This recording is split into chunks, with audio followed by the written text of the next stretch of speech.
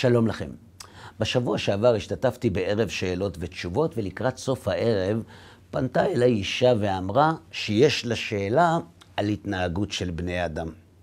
האנשים שאני עובדת אצלם, כך היא סיפרה לי, הם אנשים נפלאים, מאירי פנים, נחמדים, ישרים כמו פלס. הם גם מכבדים אותי, היא אמרה, ומאמינים בי ללא סייג. ובגלל שאני כל כך אוהבת אותם, יש לי שאלה. כשזה מגיע לצדקה, היא אמרה לי, הם הופכים לאבן, כלום, אפילו לא שקל, אפילו לא לבני משפחה.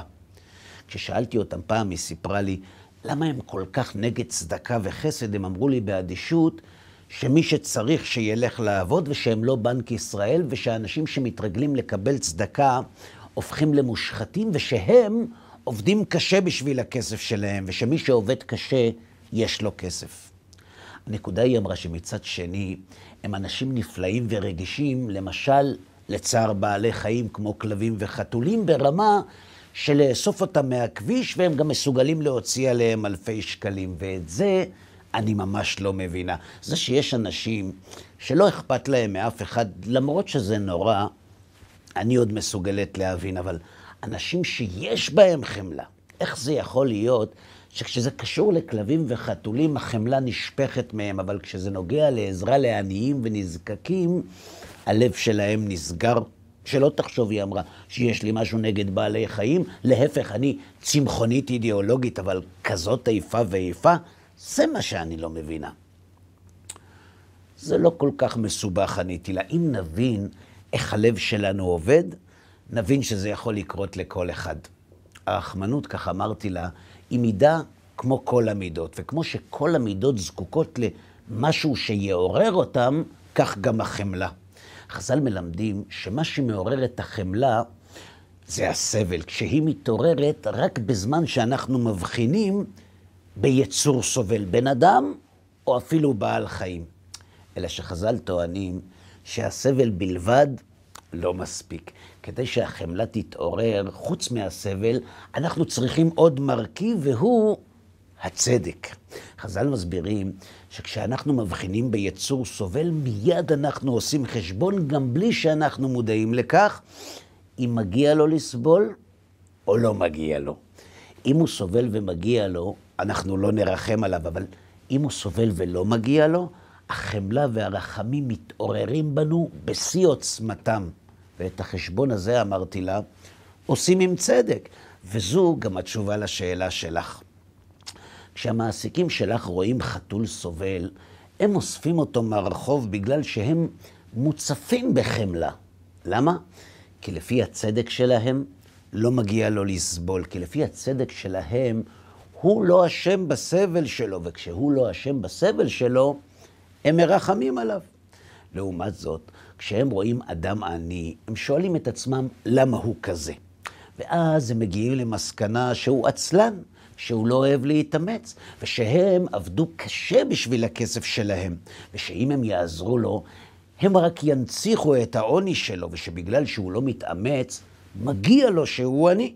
ואם מגיע לו, אם הם יעזרו לו, זה יהיה נגד הצדק שלהם, ובגלל שהם אנשים מוסריים מאוד, כמו שאמרת, הם לא רוצים לנהוג בניגוד לצדק שלהם, ולכן הם לא עוזרים לו. ואם אני רוצה לשנות אותם, היא שאלה אותי, יש דרך לעשות את זה? בטח עניתי לה, אם תצליחי לשנות את הצדק שלהם.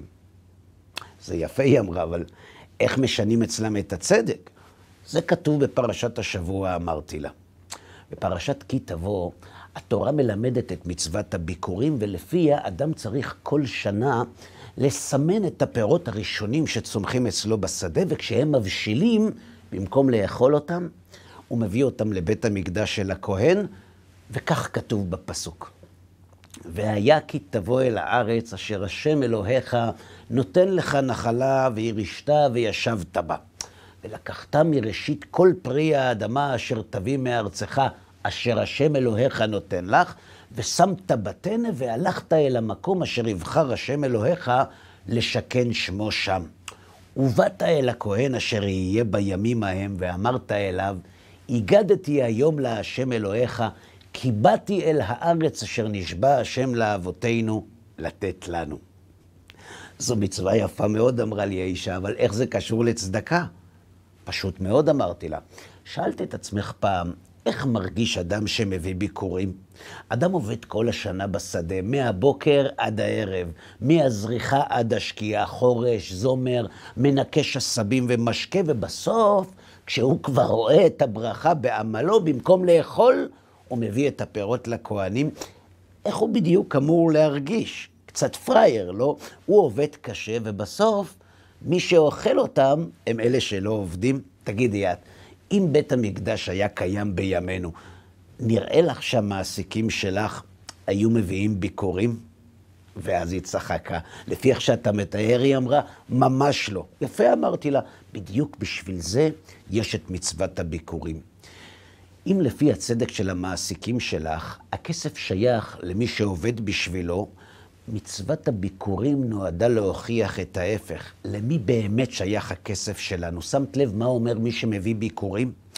הוא אומר שהאדמה שהצמיחה את הפירות היא לא שלו, וזה כתוב לא פחות מ3 פעמים. פעם אחת, כי תבוא אל הארץ אשר השם נותן לך.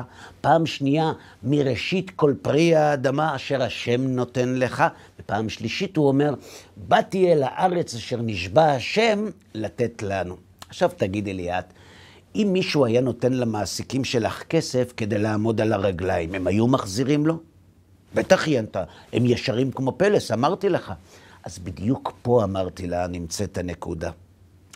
ההבדל בין מי שמביא ביקורים למעסיקים שלך טמון בשאלה של מי באמת הכסף שיש להם. בעוד המביא ביקורים מצהיר שאת מה שיש לו הוא קיבל מהקדוש ברוך הוא, המעסיקים שלך מצהירים שאת הכסף שלהם הם עשו בעצמם, וזה הבדל גדול.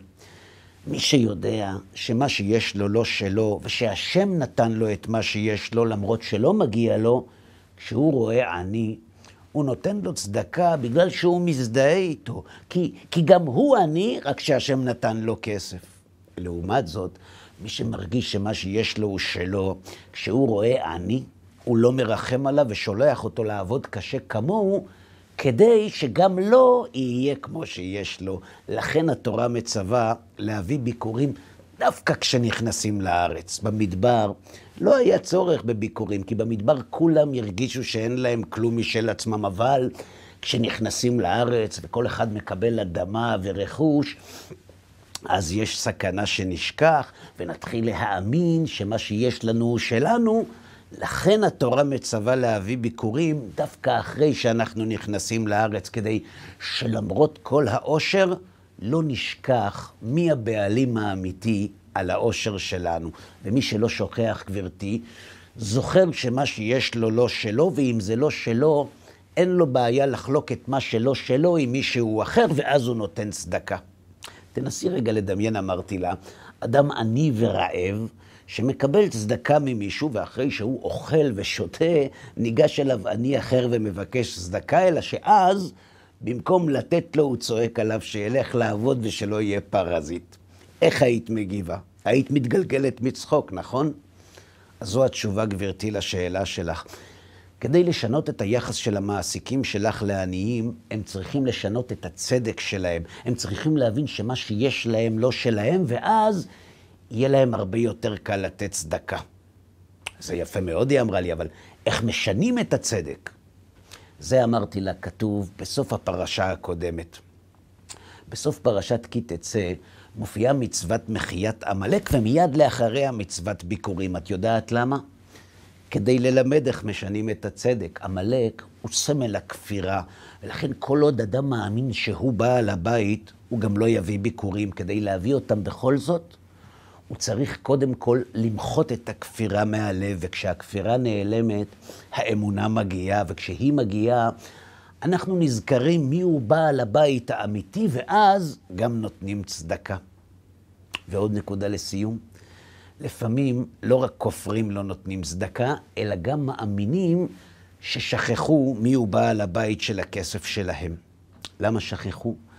כי מרוב שהכסף נמצא אצלם כל כך הרבה זמן, הם מתחילים להאמין שהוא שלהם, וכשזה קורה, הם מתחילים לחשוב כמו המעסיקים שלך, ואז גם הם מפסיקים לתת צדקה למרות שהם מאמינים. עכשיו תגידי לי את, אם הקדוש ברוך הוא בכל זאת רוצה שהם ייתנו צדקה, מה נשאר לו לעשות? שבת שלום.